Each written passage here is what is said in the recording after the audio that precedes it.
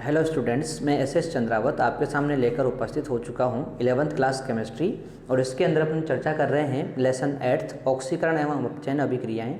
इन ऑक्सीकरण अपचयन अभिक्रियाओं के अंदर अपनी चर्चा चल रही है ऑक्सीकरण अंक से संबंधित। देखिए, ऑक्सीकरण अंक को अपन पढ़ चुके हैं, लगभग 8 नियम अपन पढ़ चुके हैं और कुछ उदाहरण भी मैंने आप लोगों को दिए थे, है ना। आप लोगों ने उसको सोल्व किया होगा। अब बात करेंगे अपन यहाँ पर एक और नियम के बारे में, और वो है 9th नियम।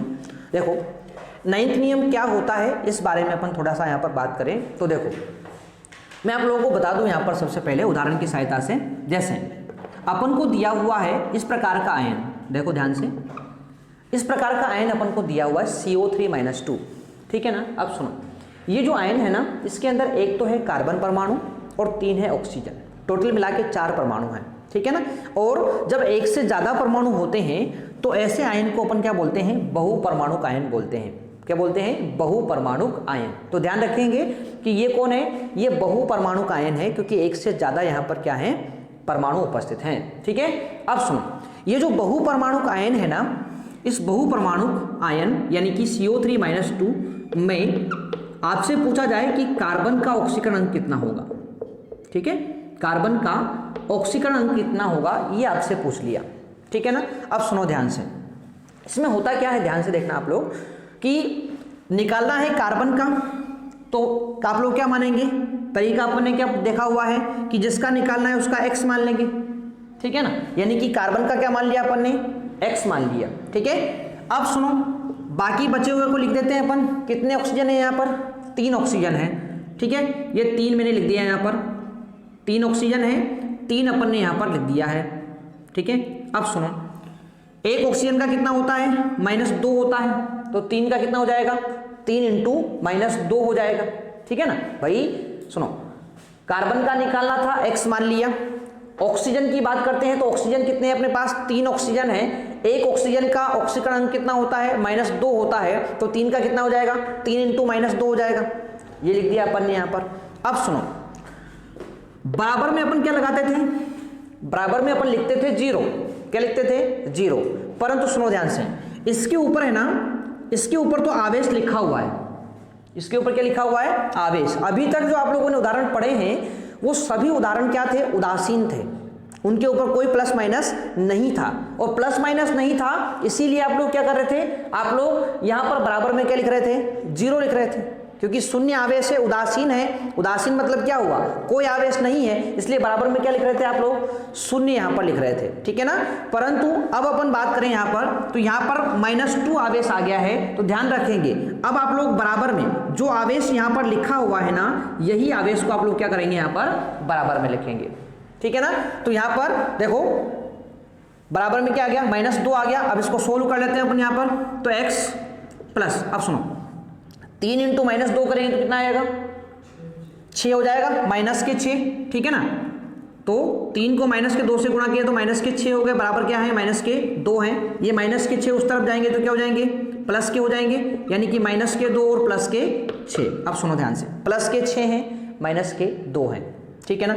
तो क्या हो जाएगा यहाँ पर, +4 बच जाएंगे, ठीक है ना। तो ये क्या आ गया, इसकी ऑक्सीकरण अंक आ गया है। तो आप लोगों ने क्या देखा यहाँ पर, आप लोगों ने यहाँ पर देखा कि जो बहुपरमाणुक आयन होता है ना, इस बहुपरमाणुक आयन के जितने भी परमाणु हैं, इन सभी के जो ऑक्सीकरण अंक होते हैं, इनका यदि योग कर दिया जाए तो वो इसके ऊपर उपस्थित आवेश के बराबर होता है। देखो, ये x क्या था, x था कार्बन का ऑक्सीकरण अंक, 3 × -2 क्या था, ये था आपका ऑक्सीजन का ऑक्सीकरण अंक। इनका अपन ने क्या कर दिया, योग कर दिया, जोड़ दिया इनको, तो क्या आ गया अपने पास, -2 आ गया। तो ये -2 जो है ना, ये ऊपर जो लिखा हुआ है, ये इन सभी के बीजगणितीय योग के बराबर होता है।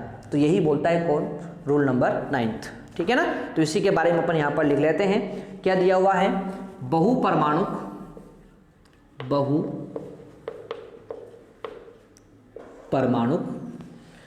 आयनों में उपस्थित तत्वों, बहुपरमाणुक आयनों में उपस्थित, बहुपरमाणुक आयनों में उपस्थित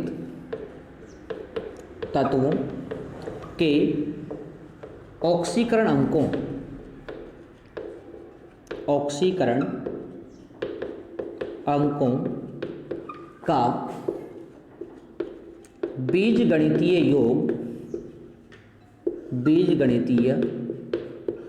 योग तत्वों का बीजगणितीय योग उस आयन पर उपस्थित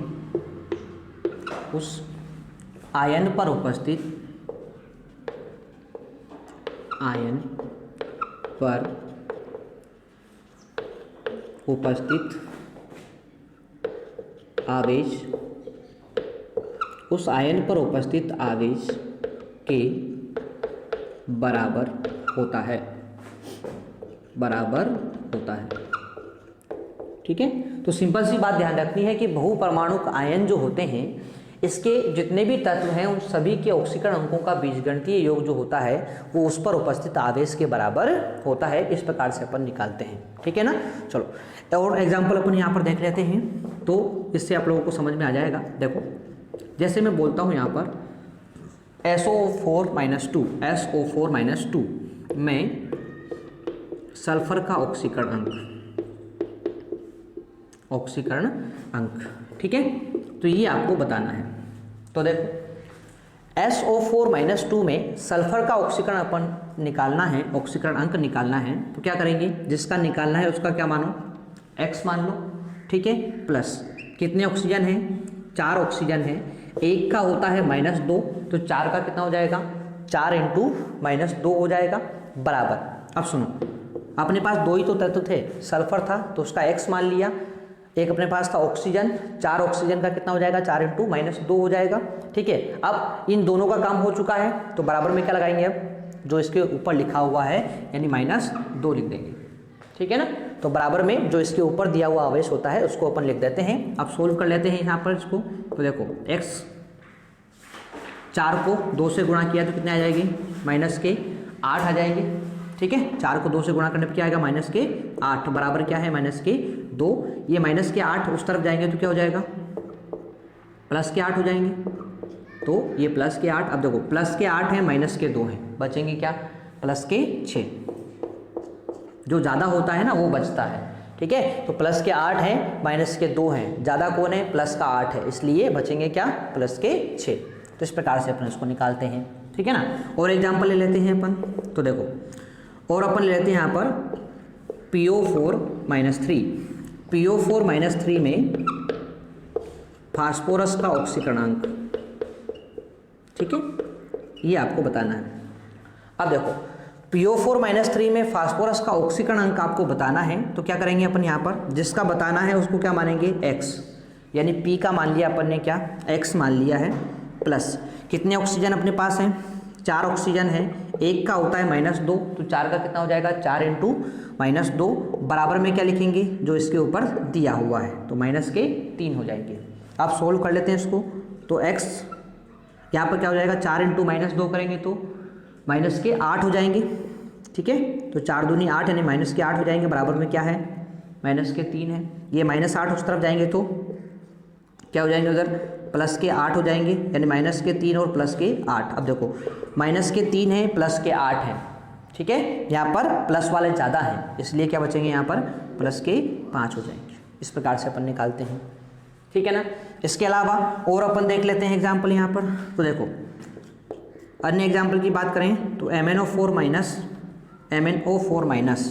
में मैग्नीज Mn का ऑक्सीकरण अंक आपको लिखना है। ठीक है, अब देखो MnO4 में मैग्नीज का आपको लिखना है, Mn का लिखना है, तो जिसका लिखना है उसका क्या मानो, X मानो, प्लस कितने ऑक्सीजन हैं, 4 ऑक्सीजन हैं। ठीक है ना, एक का -2 होता है तो 4 का कितना हो जाएगा, 4 × -2 हो जाएगा। भाई Mn का तो मान लिया अपन ने X, 4 ऑक्सीजन आए, 4 ऑक्सीजन का क्या लिखेंगे अपन, एक का -1 होता है तो 4 का कितना हो जाएगा, 4 × -2 हो जाएगा। बराबर में क्या लिखेंगे, ऊपर क्या लिखा हुआ है, केवल एक माइनस लिखा हुआ है यानी -1। ठीक है, अब इसको सोल्व कर लेते हैं अपन। तो देखो x -4 × 2 करेंगे तो कितना हो जाएगा, 8। माइनस के 8 होंगे ना भाई, यहाँ पर प्लस जो है प्लस माइनस से गुणा होगा तो कितना हो जाएगा, -8, 4 दूनी 8। ठीक है, बराबर इधर क्या है, -1, ये इस तरफ जाएंगे तो क्या हो जाएगा x बराबर माइनस का तो 1 है, प्लस का 8 हो चुके हैं, तो बचेंगे क्या, प्लस के 7। ठीक है, तो इस प्रकार से अपन क्या करते हैं, ऑक्सीकरण अंक ज्ञात कर सकते हैं किसके, आपके बहुपरमाणुक आयनों के। ठीक है, तो आ जाएगी यहाँ से बात समझ में। चलो एक एग्जांपल मैं आपको और दे देता हूँ, इसको सोल्व करके अपन देख लेते हैं। और वो एग्जांपल आप लोगों के लिए है Cr2O7 में Cr का ऑक्सीकरणांक यानी क्रोमियम का ऑक्सीकरणांक,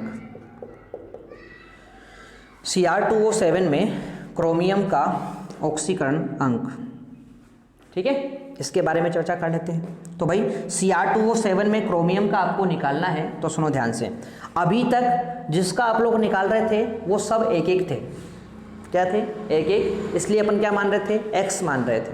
ठीक है ना, परंतु अभी यहाँ पर क्रोमियम का निकालना है और ये है कितने, 2 है। ठीक है ना, तो अभी तक 1 था इसलिए x मान रहे थे, अभी कितने आ गए यहाँ पर, 2 आ गए हैं, तो क्या मानेंगे, 2x।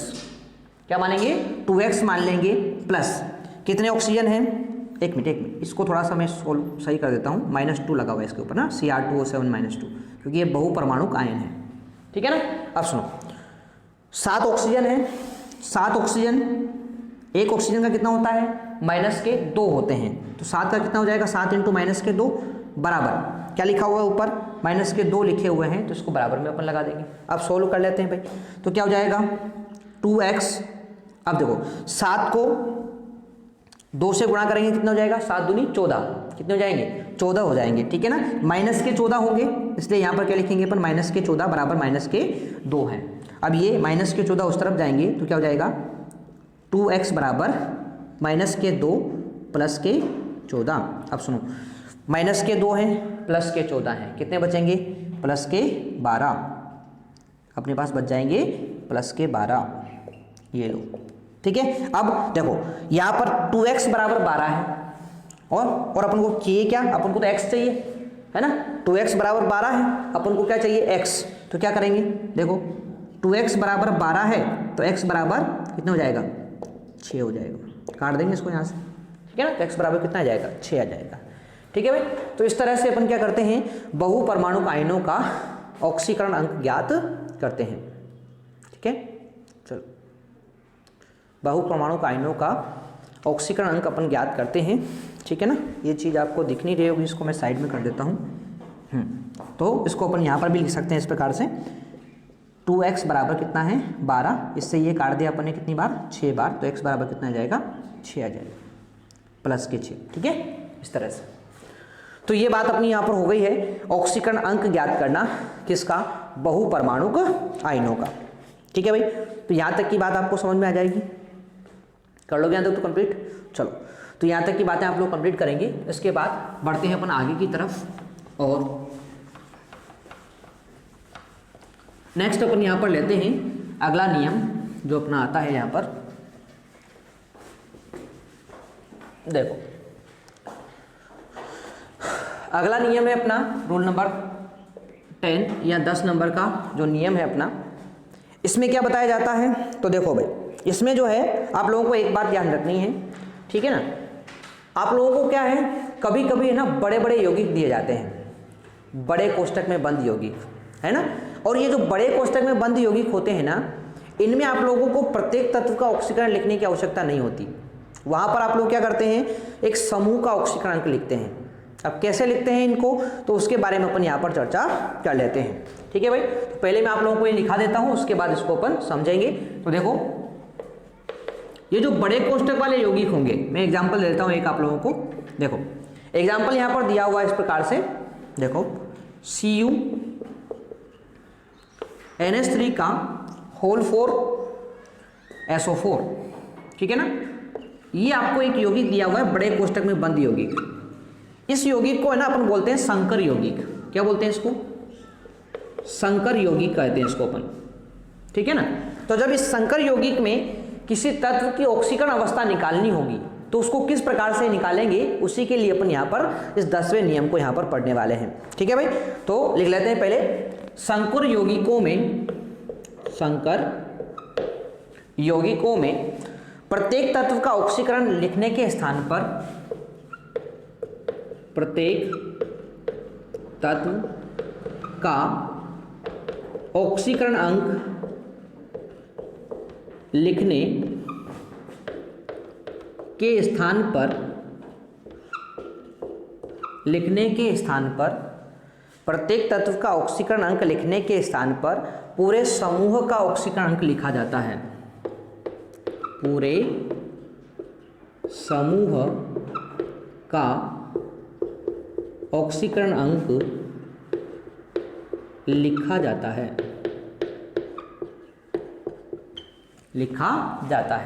ठीक है भाई।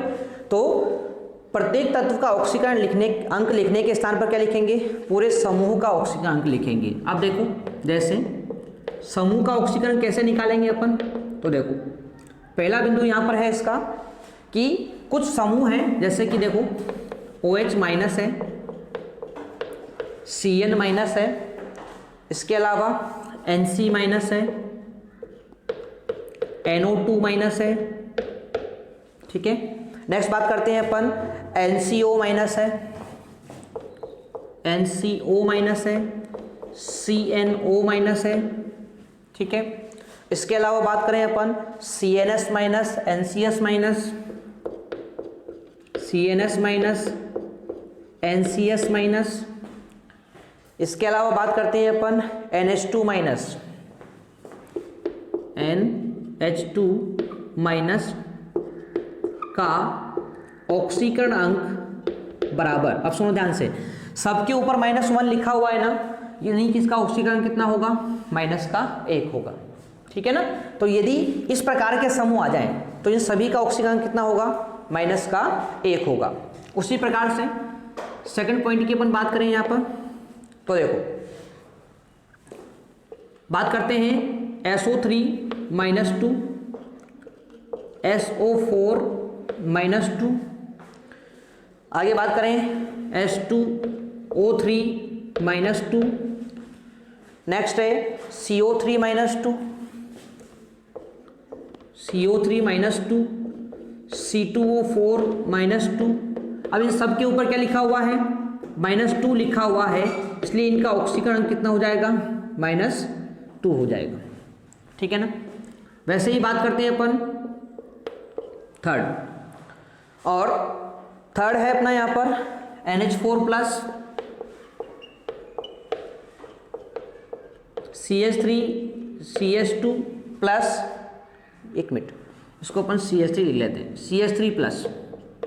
ठीक है, इसके अलावा अच्छा 2 दिए हुए हैं, और भी ले सकते हैं अपन, जैसे NO ले लेते हैं, NO प्लस का ऑक्सीकरण अंक, इनके ऊपर प्लस लिखा हुआ है स्पष्ट, यानी +1 होगा। ठीक है, चलो फोर्थ बात कर लेते हैं। तो देखो आगे देखते हैं, NH3 है, CO है, इसके अलावा H2O है ना।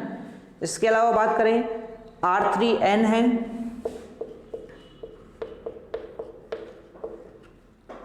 AS3N है, सॉरी यहाँ पर लिखेंगे इसको ASR3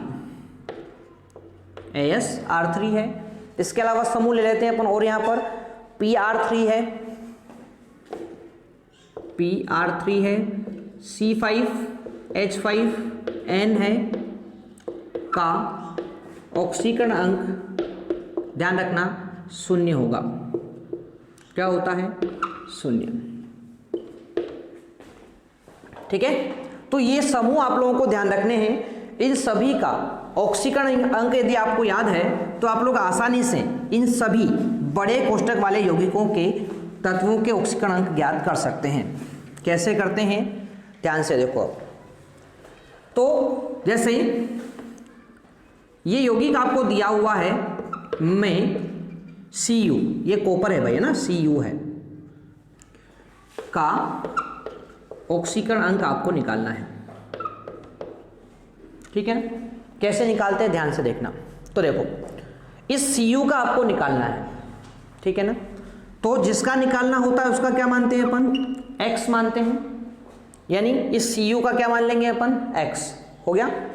अब सुनो, कितने हैं अपने पास NH3? कितने हैं? 4 NH3 हैं, ठीक है ना। तो देखो NH3 का पूरा एक साथ अपन ऑक्सीजन अंक लिखेंगे, ऐसा नहीं है N का अलग नहीं लिखेंगे, H का अलग नहीं लिखेंगे, ऐसा नहीं लिखते अपन। क्या करते हैं, पूरे समूह का एक साथ लिखेंगे। तो देखो NH3 जो है ये दिख रहा है आपको यहाँ पर, NH3 का ऑक्सीजन अंक कितना बताया मैंने आपको, 0 बताया है।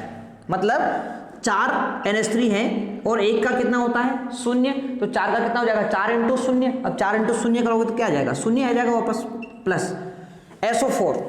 अब देखो इस SO4 को ध्यान से देखो, ये कहाँ पर मिल रहा है आपको, ये देखो यहाँ पर SO4 -2 कितना है इसका, -2 है। तो SO4 की जगह क्या लिखोगे आप लोग, -2 लिखेंगे, बराबर इसके ऊपर कुछ भी लिखा हुआ है माइनस प्लस, यानी क्या है यहाँ पर 0 आएगा।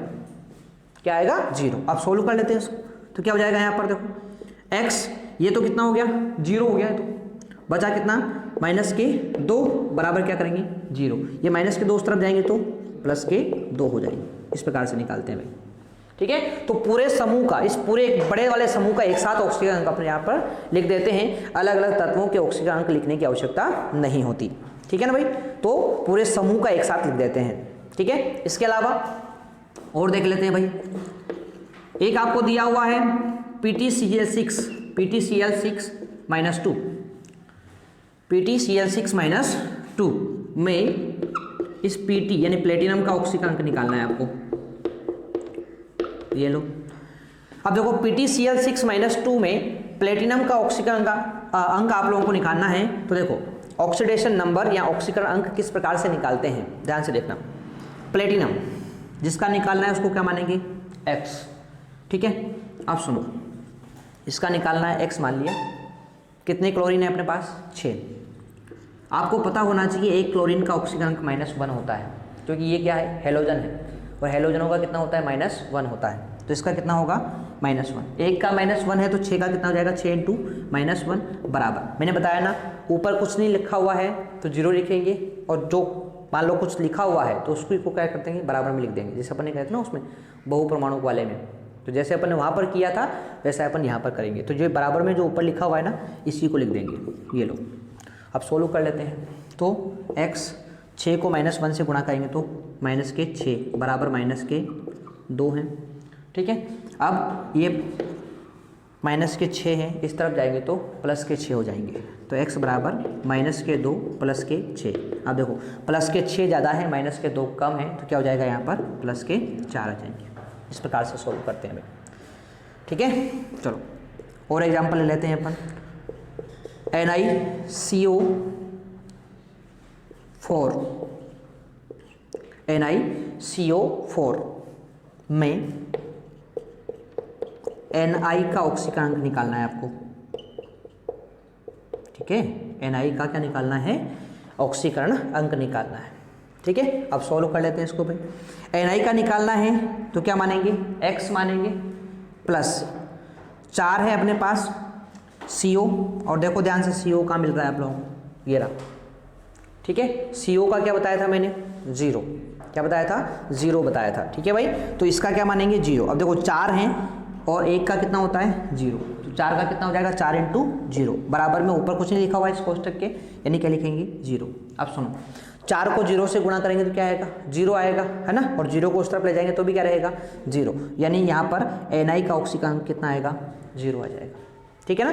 तो इस प्रकार से अपन इसको सोल्व कर लेते हैं भाई, ठीक है ना। एक एग्जाम्पल मैं आप लोगों को और दे देता हूँ। तो देखो नेक्स्ट एग्जाम्पल आपको दिया हुआ है FeS2O का होल 5, FeS2O का होल 5 NH3 और बाहर लिखा हुआ है SO4, क्या लिखा हुआ है SO4, ठीक है। मैं Fe का ऑक्सीकरण अंक पूछा है आप लोगों से, क्या पूछा है Fe का ऑक्सीकरण अंक पूछा है। अब देखो भाई इसमें Fe का ऑक्सीकरण अंक जो है वो कितना होगा, तो देखो ध्यान से देखेंगे, इसका निकालना है तो क्या मानेंगे x मान लेंगे, प्लस कितने H2O हैं 5 हैं, कितने हैं 5, और H2O का कितना होता है देखो 0 होता है, ठीक है ना। तो क्या लिखेंगे यहाँ पर 0 लिख देंगे, प्लस कितने NH3 हैं, तो देखो बाहर कुछ भी नहीं लिखा हुआ है मतलब 1 है है ना। तो NH3 का कितना होता है, इसका भी 0 होता है भाई, तो ये 0 लिख दिया। प्लस ये SO4 है, एक ही SO4 है, तो यहाँ पर SO4 का देखो कितना होता है, ये रहा -2 होता है, ठीक है ना। तो -2 बराबर क्या लिखेंगे, 0, ठीक है। अब सोल्व कर लेते हैं, 5 × 0 करेंगे तो क्या आएगा 0, ये भी 0 है, इधर क्या बचा -2 बचा, तो x - 2 बराबर 0 है, -2 उस तरफ जाएंगे तो +2 हो जाएंगे, ठीक है भाई। तो इस तरह से अपन ऑक्सीकरण अंक यहाँ पर ज्ञात करते हैं, ठीक है। तो ये था अपना ऑक्सीकरण अंक ज्ञात करने की तरीके। 2 तरीके मैंने आप लोगों को और बता दिए हैं, एक बहुपरमाणुक आयन के अंदर और एक इन संकर यौगिकों के अंदर, ठीक है ना। तो ये ऑक्सीकरण अंक ज्ञात करने के तरीके हैं। आप लोगों को ये सारे जो समूह यहाँ पर दिए हुए हैं इनके बारे में जानकारी होनी चाहिए कि इसका ऑक्सीकरण अंक कितना है। यदि ये आपको पता है तो अपन आसानी से ऑक्सीकरण अंक यहाँ पर ज्ञात कर सकते हैं, ठीक है ना भाई। तो यहाँ तक की चीज़ें आप लोग कंप्लीट करेंगे, बाकी पढ़ेंगे अपन नेक्स्ट वीडियो के अंदर। तब तक के लिए टेक केयर, बाय।